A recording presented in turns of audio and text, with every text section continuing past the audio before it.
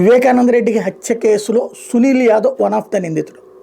అప్పట్లో తేలినటువంటిది అంశం ఇది వివేకానంద రెడ్డి సునీల్ యాదవ్ వాళ్ళ తల్లితో వేరే విధమైనటువంటి ఫీలింగ్తో ఉండటం, అది తెలిసి ఆగ్రహంతో ఉన్నటువంటి సునీల్ యాదవ్ ఆ తర్వాతన ఏదైతే వివేకానంద రెడ్డి పొజిషన్ సీరియస్గా క్రిటికల్గా ఉన్న సందర్భంలో తను కూడా ఈ హత్యలో కీలక పాత్ర పోషించాడన్నటువంటిది సిబిఐ తొలి దర్యాప్తు నివేదికలో తేల్చి చెప్పినటువంటి అంశం.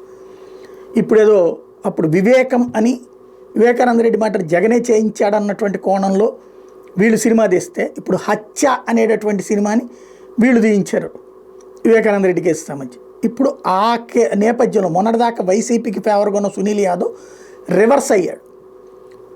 వైసీపీ వలన తనకి ప్రాణహాని ఉంది వైసీపీ నేతల వల్ల అంటూ కడప జిల్లా ఎస్పీ దగ్గరన కంప్లైంట్ చేశారు. At the same time Kadapa జిల్లా పోలీసు అధికారుల దగ్గర కంప్లైంట్ చేశారు. దాంతోపాటు జైల్లో ఉన్నటువంటి ఆ 30-40 నెలల్లో తను అనేక సార్లు బెదిరించారని చెప్పుకొచ్చారు.